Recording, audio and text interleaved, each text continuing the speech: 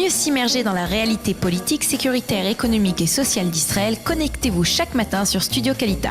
Daniel Haïk vous y attend pour sa revue de la presse. 8h39 sur Studio Kalita, l'heure de la revue de la presse et des médias israéliens. Et on peut le dire ce matin, tous les quotidiens israéliens, les sites d'information, les médias hier soir consacrent bien évidemment leurs manchettes et leurs grands titres à la disparition du grand de la génération, le Gadol Hador du monde orthodoxe, le Haredi, le Rav Aaron Yehuda Lev Steinman, qui s'est éteint hier matin à l'âge de 104 ans à Bnei Brak. Nous en avons parlé avec celui qui a été son médecin au cours des dernières années. Et sachez que les quotidiens israéliens reviennent très longuement sur sa personnalité, sur son leadership tranquille. De nombreux commentateurs s'attachent plus particulièrement ce matin à mettre en exergue son impressionnant testament, un testament d'humilité qui n'a laissé personne indifférent hier dans le monde de la Torah, mais et aussi dans l'ensemble de la société israélienne.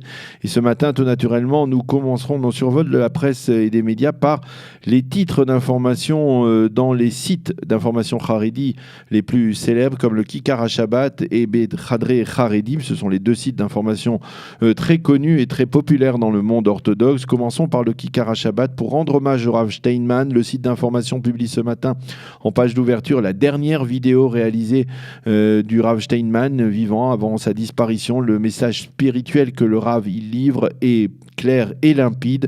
L'homme doit comprendre que ce n'est pas la multiplication des choses qui est importante, mais leur pureté. Une adaptation, dirons-nous, Haredite du principe que ce n'est pas la quantité qui compte, mais la qualité.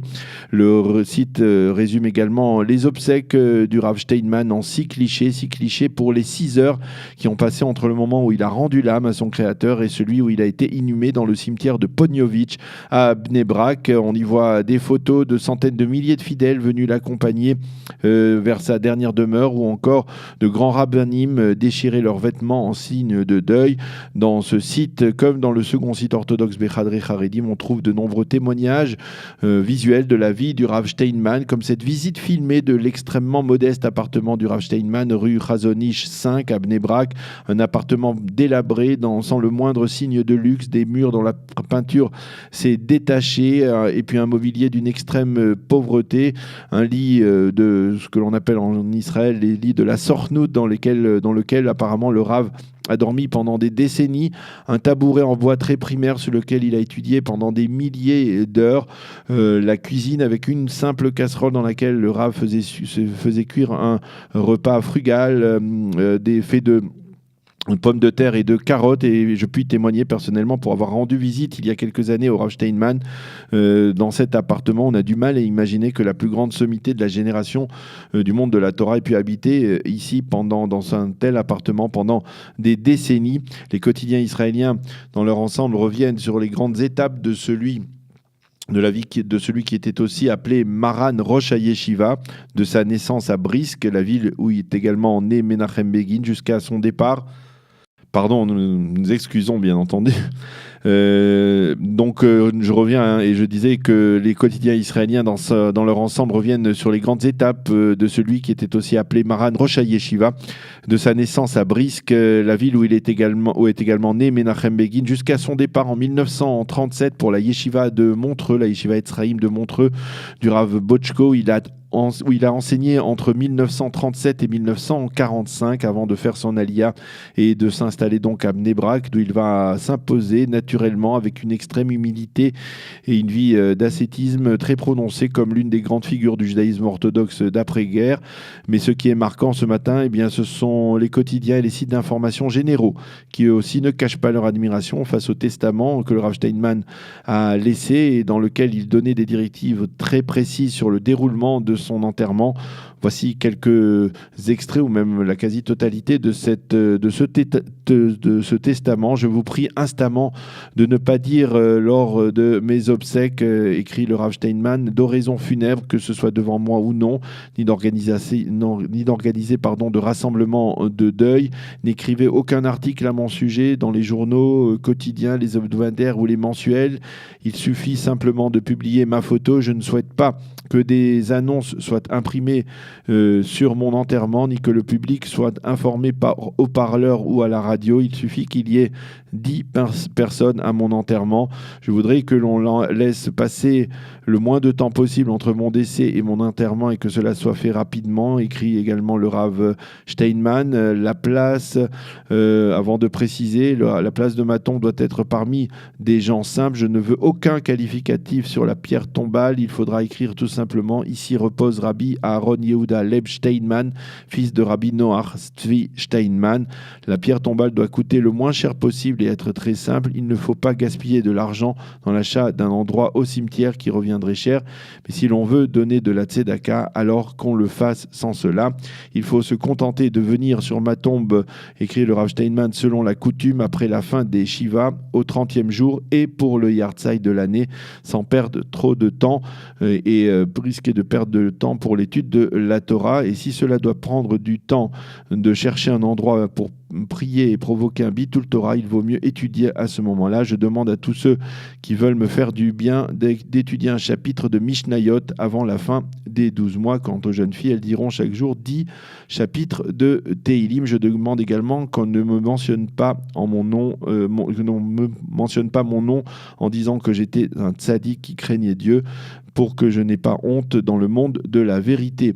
Après avoir sollicité le pardon de tous ceux qui l'auraient blessé, à qui il aurait pu devoir de l'argent, le Rav Steinman a également demandé que ses descendants ne suivent pas son cercueil, comme c'est la tradition à Jérusalem. Il a conclu ce testament en conseillant de ne pas donner son nom à des enfants, mais, a-t-il dit, je ne l'interdis pas.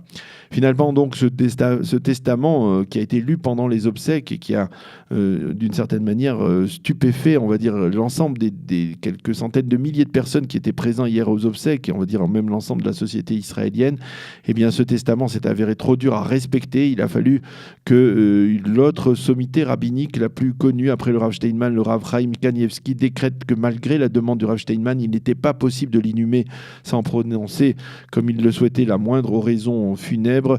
Et les journaux indiquent que donc le seul leader du monde lituanien qui a pris la parole hier lors de ses obsèques a été le Rav Gershon Edelstein, qui est l'un des leaders, l'un des roches yeshiva de la célèbre yeshiva lituanienne de Poniovitch à Bnei Brak, et qui de facto devrait s'imposer comme le successeur du Rav Steinman. Nous en parlerons dans quelques instants avec notre second invité qui est le Rav Raphaël Sadin, qui connaît bien le monde orthodoxe lituanien, qui nous expliquera justement qu'en sera-t-il de l'après Rav Steinman. Preuve de l'impact que ce testament du Rav Steinman a eu dans la société israélienne hier, même les présentateurs les plus éloignés de toute tradition juive sur les chaînes de télévision israéliennes ont ouvert leur émission hier soir en mentionnant ce testament.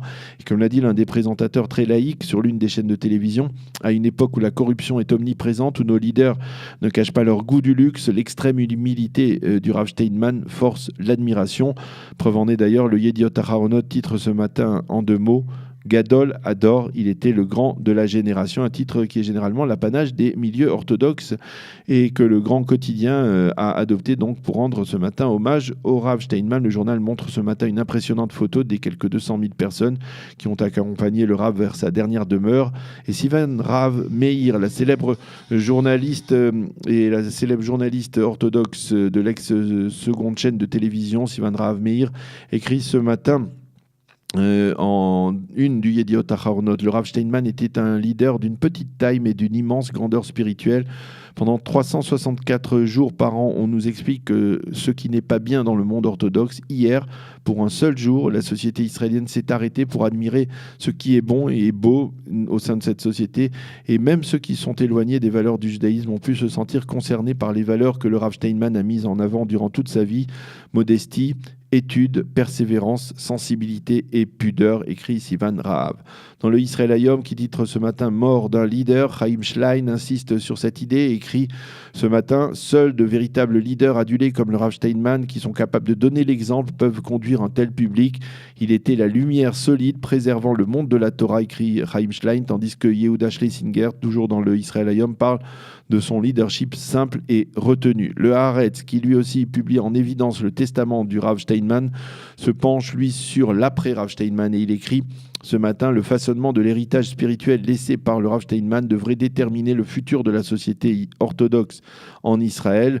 Le Haaretz, comme d'autres journaux, souligne en effet qu'après le Rav Steinman, il n'y a pas de figure d'envergure qui soit capable de conduire l'ensemble du monde orthodoxe, qui dirige sa vie en fonction des directives des rabbins et en particulier des grands de la génération. Quant au Maariv, il confirme ce sentiment et écrit que la grandeur du Rav Steinman était directement liée à son extrême humilité. Avant de clore ce chapitre de cette revue de la presse, soulignons que les sites orthodoxes francophones comme Torah Box et d'autres ont permis à leur public de suivre hier en direct les obsèques du Rav Steinman et eux aussi lui rendent un vibrant hommage. Voilà ce que l'on pouvait lire à propos de la disparition du Rav Steinman. Je vais donc en profiter pour terminer cette revue de la presse que j'avais interrompue parce que nous avions pris un peu de retard, et pour vous dire les autres titres que l'on peut lire dans la presse israélienne de ce matin, en dehors donc de ces titres liés aux obsèques du Rav Aaron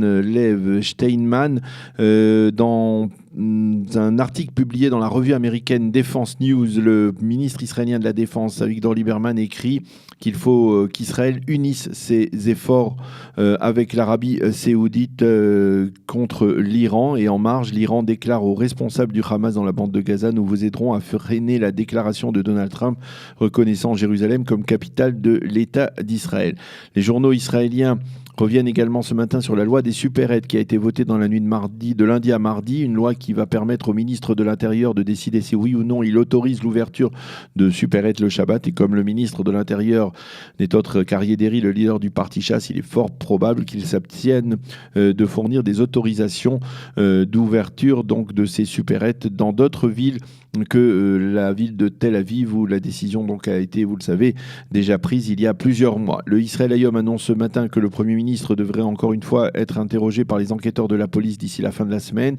Selon les estimations des policiers, l'enquête sur le dossier 1000 des cadeaux touche à sa fin, et cela devrait être le dernier interrogatoire du Premier ministre dans ce dossier avant que la police ne présente ses conclusions au parquet. Enfin, pour clore cette revue de la presse, les journaux et les sites d'information nous rappellent, comme nous l'a rappelé Yana il y a quelques instants, que nous sommes le premier jour de Hanouka et que dans des centaines de milliers de foyers juifs en Israël ainsi que dans le monde juif, eh bien, on a allumé la première bougie de la fête. Le Yediot Ahronot nous émeut même ce matin en nous montrant une photo de l'allumage de cette première bougie dans le foyer d'Elad Salomon, qui a été assassiné à coups de couteau dans la localité de Khalamish il y a 5 mois. Le journal nous montre sa veuve Michal et leurs 5 enfants en train d'allumer les bougies de Hanouka.